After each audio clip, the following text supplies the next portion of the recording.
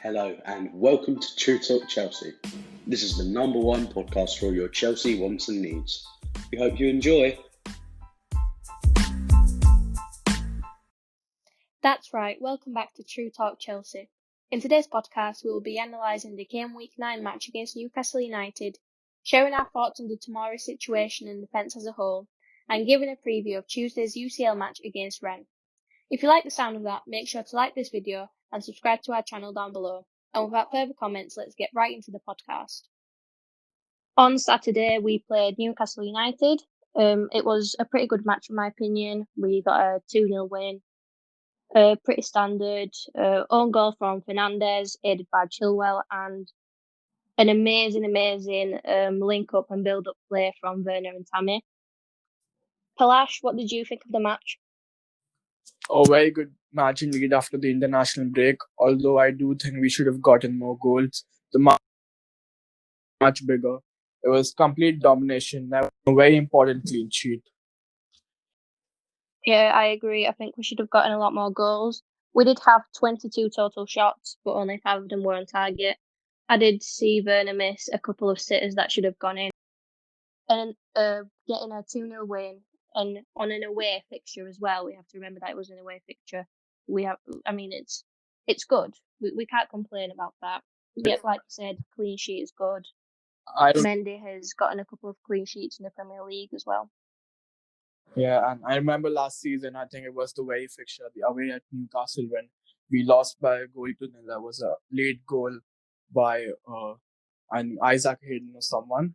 And so it's good to overturn that. 3 important points. We temporarily went to the top of the table. We're no longer there, but a good win.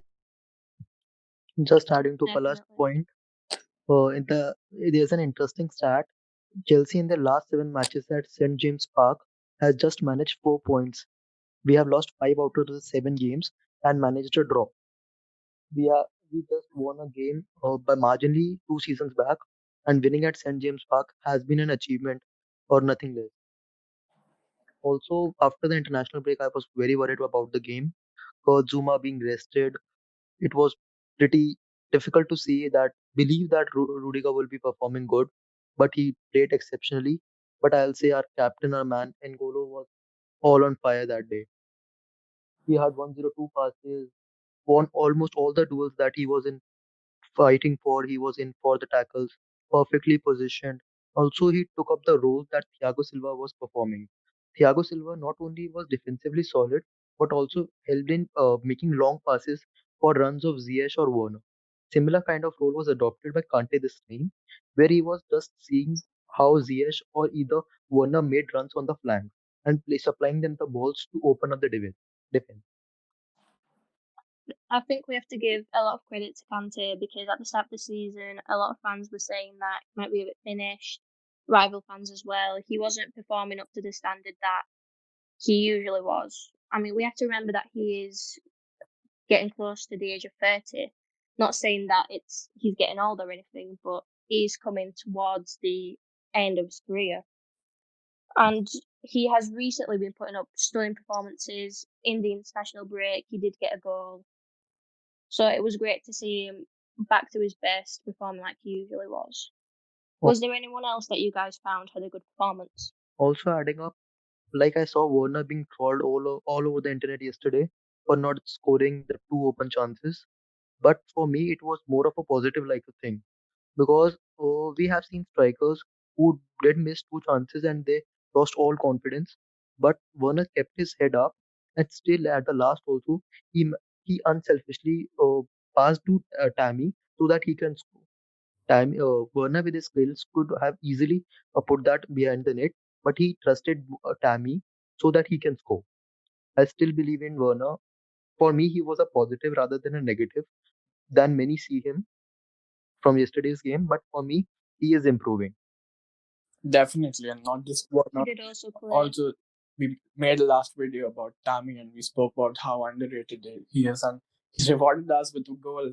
And I think that makes his goal plus assist tally of the season to double figures if I'm not goals plus assists, and which is a really, really good start because he hasn't been playing in the games now since Pulisic is in, and just how he's improved his. Remember last season he got 15 goals, but he had a lot. And now, like whenever he gets those, whenever he is through on goal, whenever he has got an opportunity, he takes them, and he's just more lethal and also uh, all-round player with those assists. See, if we are talking about Tammy, so I would like to mention about Giroud here. Moving on to our next topic, like we were talking about Giroud, he has been the world champion. He's performing here and there. He has not. I would say he made a big blunder or something that he's being dropped. One of the best strikers in the world for his nation has been performing for France regularly, close to Thierry Henry. I still doubt. I still have a question why he's on the bench for Chelsea. Yeah, likewise. I mean, last season, Tammy was the one being benched after the season restart with Giroud taking his role, and basically all because of Giroud, we did manage to get fourth place. We did manage to get the UCL spot, I agree. and his attitude is still top quality. He is still a superb striker. He, like you said about Thierry Henry, he performed well in the international break. He got 2 goals.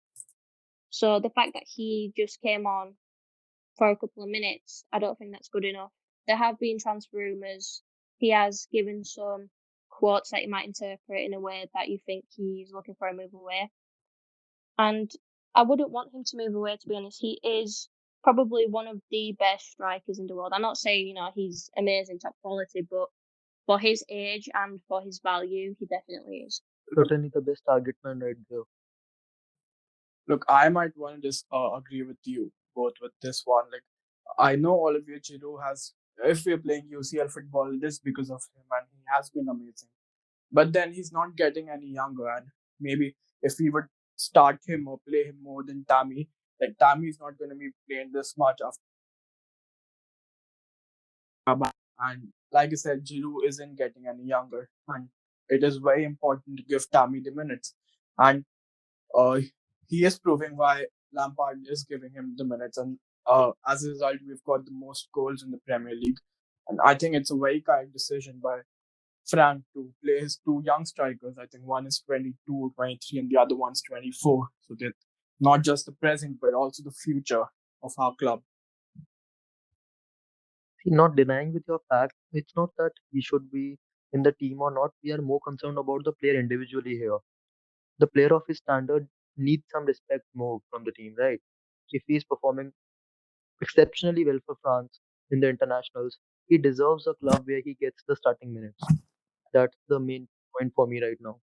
Yes, I totally agree, and I think the best move for him would be a transfer out on in the January window because into a club where he would get more game time because he is a quality player, quality striker, a target man in world football, and a great header that would start more often. So Broha back at the club then, just as backup. Overall, he's doing very good. While he was here, I think Lampard gave him some minutes here as well, and I think January recall and giving him some minutes in some cup games and some easier fixtures would be a good option. What did you guys think of the defensive performance yesterday? Because we got another clean sheet, and even though Thiago Silva didn't play as he was being rested, we did have Rudiger. Chilwell had a back spasm, so people didn't know if he was definitely going to start or not. But thankfully he did, and we got a goal because of him. Yeah. Talking about Kurt Zuma, that man was. This man is impressing each game again and again. A game he plays, he gets more mature. He gains so much experience. Now the effect of Thiago Silva is being portrayed on our defense as well. Even in his absence, the players have got the mentality. I don't know if you guys watched it or not. Kurt Zuma was just like ordering Kante, the captain of the team, to be in position correctly. He was the one speaking out, managing the whole line, speaking out more and more. And we all know we have Mendy, right? That man has not put a foot wrong for Chelsea till now, conceding just one goal and just he like many clean sheets. He plays a clean sheet is assured now. Yeah, terribly. Yeah, talking about the Kurt Zuma Silva partnership. Um, I think, like you were saying, Zuma has been a lot more vocal, and that could be due to him playing alongside Thiago Silva. I saw this quote from Ben Chilwell that said, who said that Thiago Silva himself has been telling him when to move up, when to come back in defence, how to position himself. Even without the So ball. if Zuma has been playing week in, week out with Thiago Silva, it definitely aids his development. And he had a 96% pass success, which is, to be honest, amazing for a defender. He probably did not put a pass wrong except one or two. And it's great to see because in the past we have seen Zuma make a few mistakes here and there, which could have led to a goal or to loss of possession. But yesterday he made a couple of crucial blocks and clearances. One of the most key ones was when Newcastle, had a good shot, and if not for his block, it would have gone straight in the top corner. Mendy, as much as an amazing keeper he is, he would not have had a chance. So Zuma is becoming a lot more aware, a lot more vocal, and it's great to see, to be honest.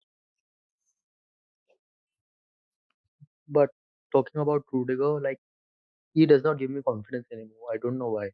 He has performed very really well. He played very well yesterday. He had a crucial block made. But for me, Rudiger is not the future. I see Thiago Silva. I see Rudiger. There's major difference. I really wanted Tomori to start yesterday because that guy was also never wrong in whatever he did the last season. Definitely not. He is a goal scorer. He's good aerially. He is the future of the club. He has been, in the Chelsea academy. He's with the Chelsea lads. And a lot of Chelsea fans wanted to see him over Rudiger, but I'm not sure if that's going to happen anytime soon. He wasn't even on the I had a bench. question, Palash. Can you answer right? Yeah, So sure. is Rudiger now being portrayed as a, or he's being played so that to increase his market value? Because we all know he is going to be sold in this window or in the next window. So is it just to increase his market value? I want to just disagree with that. Like the way we've been judging Rudiger is based on his performances last season. Defensively, last season, none of the players were up to the mark. Be it the two disappointing left backs, or even Zuma himself wasn't that good last season. I remember him conceding a useless penalty in the first game versus Old Trafford. But he's just a completely different player now. Similarly with Rudiger, I read an article which said that Lampard is going to time. I think it was Krasnodar or Rennes. It was that game we kept a clean sheet in that game, and now he's played again, and we've kept a clean sheet again. So like, I don't think we should be ruling Rudiger off here. He's played 2 games. He's looked good on the ball. Yes, definitely not Thiago Silva level with the passing accuracy Thiago Silva promises, but I wouldn't rule out Rudiger's time at Chelsea. Would be pretty interesting. I also read that we are looking for a solid centre back. I think it was by the Athletic. They're quite reliable. So if we do have a centre back coming in January, one needs to go. During the summer, there were reports that either Christensen or Rudiger, even Zuma, the reports that Zuma is looking for a move away to a club like Everton again. So that is a very good point that you made, Chirag. Good question. And I think it might potentially be to increase his market value because if we are bringing in a defender, which we will need to do at some point because of Thiago Silva's short contract, we will need to sell someone and make profit from it.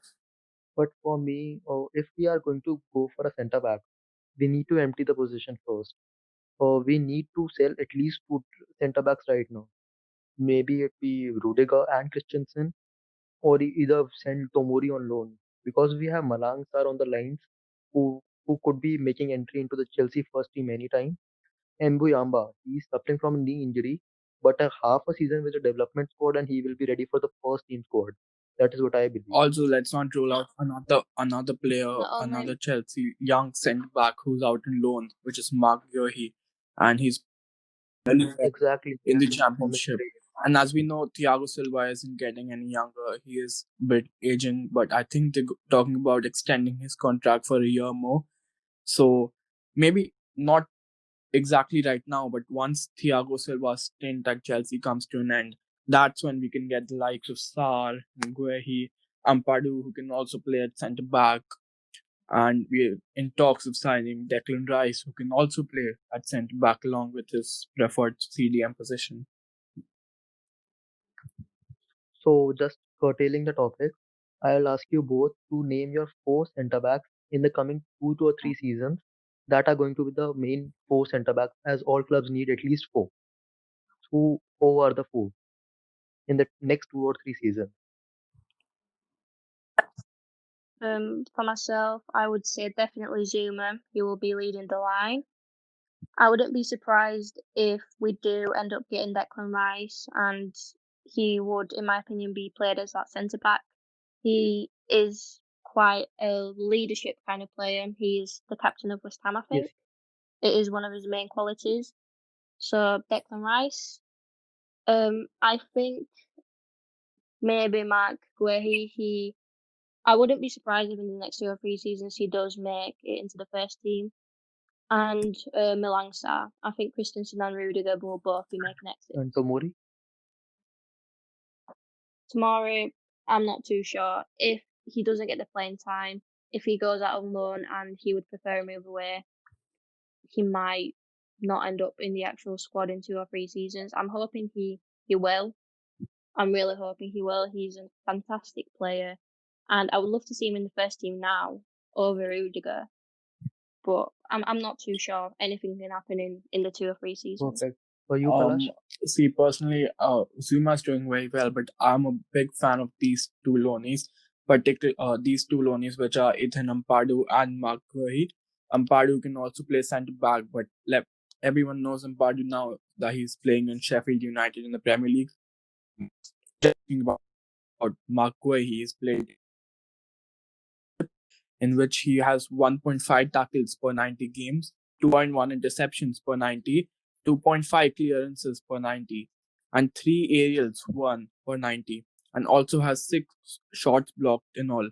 He's just 20 years of age, and he's already one of the best championships defender this season. So I would really want him to have some taste of first team experience, and so that he can be maybe a backup centre back or maybe just start a centre back soon.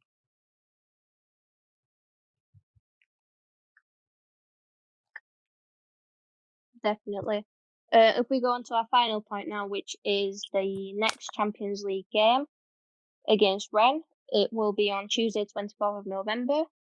The last time we faced Rennes in the UCL group stage, we won 3-0 with 2 penalties from Werner and a goal from Abraham. So, how are you guys feeling ahead of the match? What are your score predictions? First of all, the last time we played them, they were not fully strong. They had one or two players here and there niggled out, especially Kamavinga, the most promising guy in the world football right now. We have been hearing a lot about him. Real Madrid links, Juventus links. That guy is gonna be, if I am not wrong. Also, they are going to be stronger this time. And we all know Chelsea has had hectic schedule. I I can see a 2 or 3 first team players being rested, but still I'll fancy us to win the game easily. A 3-1 victory because I can see Kepa starting the game. I would definitely think of it as a very easy 3 points because Rennes are currently bottom of the table in our group and have also lost their last 2 games in their league. They're not exactly doing as well right now. I wouldn't still risk starting Kepa though. I would continue with Mendy because of the momentum that he's been gathering. And I would definitely fancy and also predict another clean sheet over here. I would go for a 3-0 win. Like you said, Palash, Rennes are at the bottom of the table. They only have 1 goal for and 5 goals against in their 3 matches. So I would personally say that Mendy will start and we will get a clean sheet, especially if Thiago Silva will be back. We have scored 2 goals without Havertz and Pulisic, which are amazing attacking players. Havertz, new signing. So I do think that we will definitely get a few goals in. I don't think it will be an extremely difficult match, especially with the fact that we are on a winning streak. We have 0 goals conceded in the Champions Yes, I League as think well. we're just one of the 2 clubs who's done that. I think it's just Chelsea and Liverpool who haven't conceded yet in the Champions League, and I really hope that we continue that. And looking at the defensive injuries that Liverpool have right now, I think we might just go better off them as to regards to this record. I think Timo Werner will be vital in the Champions League. He already has 3 goals, an assist, and 2 man of the matches. I predict 2 goals by I Werner. wouldn't actually think of starting Werner for this game because I think he's played in every game since I can't remember him missing a game. I think till the international break he had only missed 20 minutes of Premier League action. He was rested for a game, but then Pulisic got injured in the warm-up and he had to play that game as well. And I think he played both the games, or 2 or 3 games for Germany in the international break. And especially with the fact that we've got Spurs coming up next Sunday, and we're not so sure about Pulisic getting back till then. So I would go for some crucial squad players such as Werner. I think even James was looking during the game, so maybe I would rest James and get Aspi in. And Jorginho hasn't been starting, so maybe there could be a machine and N'Golo Kante, and we could get Jorginho in. And that is the benefit of having good squad depth, so that there are lesser injuries and we can rest the players for the more important games, such as the one in the Hotspur. Perfect opportunity for Yeah. Hudson. Definitely, the last time he played in Champions League, I remember him scoring last time. So, and I would definitely want him to start the game. I've seen a lot of people like not being patient with Lampard and Hudson-Odoi. We all want to see the youngster play. Sarri gave him a bit of a chance last season. He did quite have a good goal and assist ratio per his minutes. However, this season he hasn't really been featuring. With Pulisic having an injury, Werner has been playing the left wing and time striker. I do hope to see Hudson-Odoi if Werner is to be rested, because he does deserve the chance. He is able, and if he doesn't get the minute, if he doesn't play, he will either look for a move away or his talent will just be wasted. He's an extremely talented player. He's got a hunger for goal. He really wants to prove himself. Every time, he plays, he comes on for a couple of minutes. You can tell that he really wants to create chances and he wants to have that kind of attacking threat about him so that he can get picked more. But if he doesn't, then I'm not sure about his future here, to be honest. Do we have any? Perfect. Yeah, So Is there anything you guys would I like to add? think we've had enough of a discussion here. Definitely. exactly. So thank you for listening, everybody. Make sure to like and subscribe and comment any thoughts that you've had. And if you are on Spotify or Apple, please make sure to follow our podcast. And until next time, bye.